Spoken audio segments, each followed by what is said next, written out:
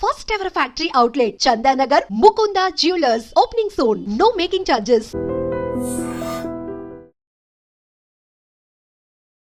నమస్తే, welcome back to YT media. నేను మీ ఝాన్సీ. హెల్త్ ఇన్సూరెన్స్ ప్లాన్ తీసుకోవాలి అనుకున్నప్పుడు ఏదో హడావిడిగా ఒక హాస్పిటల్కి వెళ్ళి వాళ్ళు సజెస్ట్ చేశారనో, లేదా పక్కింటి వాళ్ళు ఒకటి తీసుకున్నారు మనకు కూడా అదే అప్లికబుల్ అవుతుందనో చాలామంది రాంగ్ స్టెప్స్ తీసుకుంటూ ఉంటారు. మరి హెల్త్ ఇన్సూరెన్స్ పాలసీస్ అనేవి తీసుకోవాలి అన్నప్పుడు ఎలా ప్లాన్ చేసుకోవాలి? సో ప్రస్తుతం అంతా ఉన్నారు ఆంఫెడ్ registered mutual fund distributor Srinivas Reddy గారు. దీని గురించి కొంత ఇన్ఫర్మేషన్ తెలుసుకునే ప్రయత్నం చేద్దాం. నమస్తే సార్. నమస్తే అండి. సార్, హెల్త్ ఇన్సూరెన్స్ పాలసీస్ అన్నప్పుడు చాలా మంది రెగ్యులర్ ప్లాన్స్ తీసుకుంటూ ఉంటారు, ఏదో ఒకటి మనకి సూట్ అవుతుందా లేదా అని. అలా కాకుండా టాప్ అప్ ప్లాన్స్ కూడా ఉంటూ ఉంటాయి. ఈ రెండిట్లో ఏది మంచిది, ఎవరికి ఏది సూట్ అవుతుంది? ఇవాళ హెల్త్ ఇన్సూరెన్స్ సెక్టర్లో మనం మాట్లాడుకుంటే రెగ్యులర్గా తీసుకునే పాలసీస్, ఎవరైనా 10 lakhs తీసుకున్నాం, 20 lakhs తీసుకున్నాం, 50 lakhs తీసుకున్నాం, 1 crore పాలసీలు కూడా ఇవాళ ఉన్నాయి మార్కెట్లో. ఓకే. ఇవాళ రెగ్యులర్గా అంటే మీ ఎవరైనా హెల్త్ ఇన్సూరెన్స్ ఏజెంట్ ఎవరైనా మన దగ్గరికి వస్తే మన స్టేటస్ని బట్టి 10 lakhs తీసుకోండి, సరే 25 lakhs తీసుకోండి, 1 crore తీసుకోండి అని చెప్తూ ఉంటారు. ఎందుకు చెప్తాం? మన అవసరం కోసమే చెప్తున్నాం. కానీ ఫ్యూచర్లో కొన్ని రకాలైన ఇబ్బందులు అయితే హెల్త్ ఇన్సూరెన్స్ పాలసీలో ఉంటాయి. ఎందుకు ఉంటాయంటే, ఇవాళ మనం 30 yearsలో ఉన్నాం. 30 yearsలో ఉండి వైఫ్ అండ్ హస్బెండ్ 2 kids ఉన్న వాళ్ళకి మనం ప్లాన్ ప్రజెంట్ చేస్తున్నప్పుడు వాళ్ళకి రెగ్యులర్గా ఒక 10 lakhs పాలసీ గురించి మాట్లాడుతుంటే 20,000 వస్తుంటే 1 crore పాలసీ గురించి మాట్లాడుతున్నప్పుడు 35,000 40,000 వస్తుంది ప్రీమియం. అంటే కవరేజ్ 10 times పెరుగుతుంది కానీ మీ ప్రీమియం డబల్ కూడా అవ్వట్లేదు.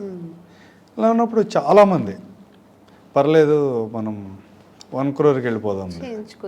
1 crore వెళ్ళటం రైట్ డిసిషన్ రాంగ్ డిసిషన్ అంటే 30 years 20 years 25 years 30 years 35 40 ఉన్న వాళ్ళందరూ కూడా 1 crore తీసుకుంటాం అన్నది అవసరమే, అదేమి రాంగ్ డిసిషన్ కాదు. ఎందుకు అవసరం అంటే ఇవాళ ఉన్న హాస్పిటాలిటీ, ఇవాళ ఉన్న హైదరాబాద్లో ఉన్న హాస్పిటల్స్ కనుక మనం చూస్తే స్టార్ హోటల్గా ఎలా ఉంటుందో మాకైతే తెలియదు, కానీ హాస్పిటల్ కూడా స్టార్ హోటల్ కంటే బ్రహ్మాండంగా ఉంటుంది. అంత హాస్పిటాలిటీ ఇచ్చినప్పుడు ఆబ్వియస్గా అక్కడ ఉన్న సర్వీసెస్ కూడా అంతే కాస్ట్లీ ఉన్నాయి. ఒక 5 years బ్యాక్ ఏదైనా ప్రొసీజర్ జరగాలంటే ఒక 1 lakh 2 lakhs అవుతుంటే అదే ప్రొసీజర్ ఇవాళ దగ్గర 8 నుంచి 10 లక్షలు తీసుకుంటున్నారు.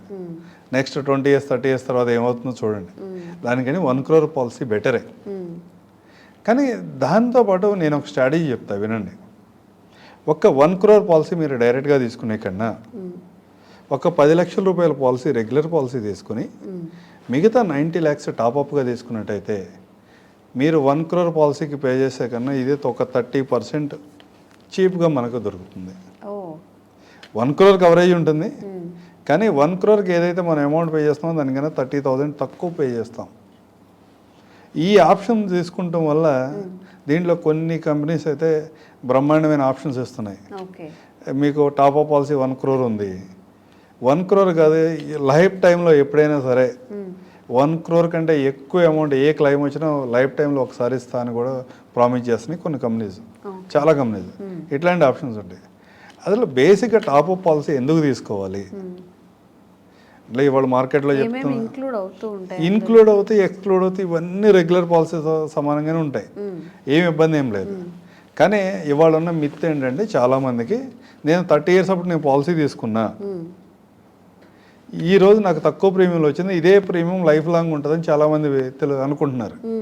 కానీ మీ ఏజ్ని బట్టి, మీ ఏజ్ పెరిగిన కొద్దీ మార్కెట్లో ఇన్ఫ్లేషన్ పెరిగిన కొద్దీ మీ ప్రీమియం కూడా పెరుగుతుంది. అంటే ఒక 20 years 25 years ఉన్న ఒక కపుల్కి నేను పాలసీ ఇస్తే 15,000 రూపాయలు అయితే 60-65 years ఒక కపుల్కి కనుక నేను ఇవాళ పాలసీ ఇవ్వాల్సి వస్తే 70,000 రూపీస్ అవుతుంది ఈ రోజు ఉన్న పరిస్థితి. కానీ నెక్స్ట్ 30 years తర్వాత ఈ 70,000 ఒక 4 లక్షల దగ్గర 5 లక్షల దగ్గర ఉంటుంది. అప్పుడు మీరు మీ ఇన్సూరెన్స్ పాలసీని మీరు పే చేయగలుగుతారా? ఇది క్వశ్చన్ మార్క్. అందుకని మేమేమంటామంటే జనరల్గా మీరు ఒక రెగ్యులర్ పాలసీ పెట్టుకోండి, బేస్ పాలసీ రెగ్యులర్ పెట్టుకోండి. ఒక 5 లక్షలు కానీ 10 లక్షలు కానీ 15 లక్షలు కానీ ఎఫోర్డ్ చేయగలిగినంత రెగ్యులర్ పాలసీ పెట్టుకోండి. మిగతా పాలసీని టాప్అప్గా తీసుకోండి.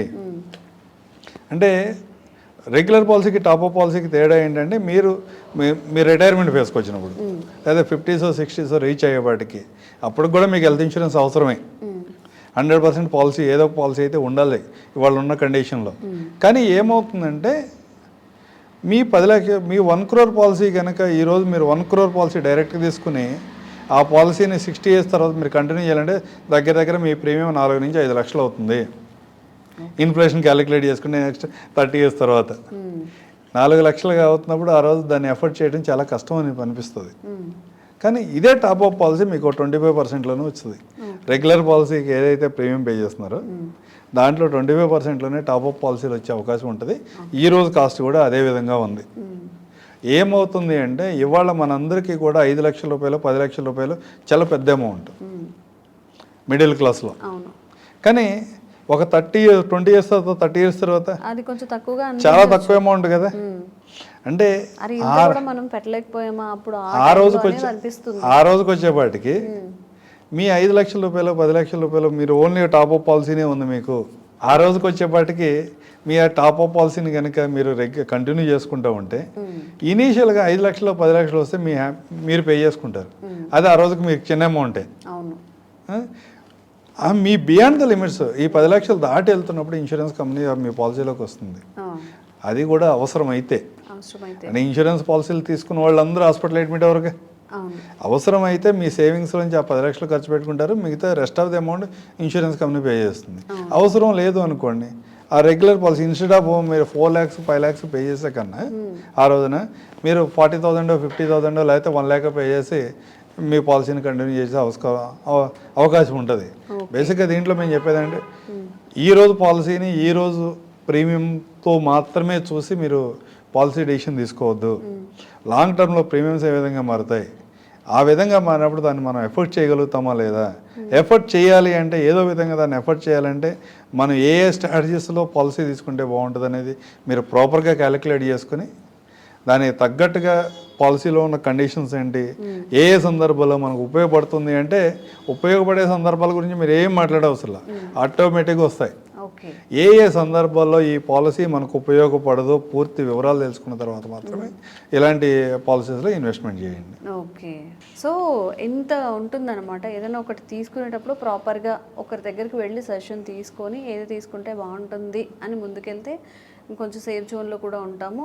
అండ్ రిస్క్ ఫ్యాక్టర్స్ ఎక్కువ ఉన్నప్పుడు సార్ హెల్త్ ఇష్యూస్ ఉన్నప్పుడు కూడా ప్రాపర్గా ఒకరిని ఇప్పుడు మీరు అన్నట్టు 30 years ప్లాన్ తీసుకున్నప్పుడు ఆఫ్టర్ తర్వాత ఏదైనా డిసీజ్ రావచ్చు, ఇది ఇంక్లూడ్ కాదు అని అలాంటి సిచ్యువేషన్ కూడా జరిగే అవకాశం ఉంటుంది.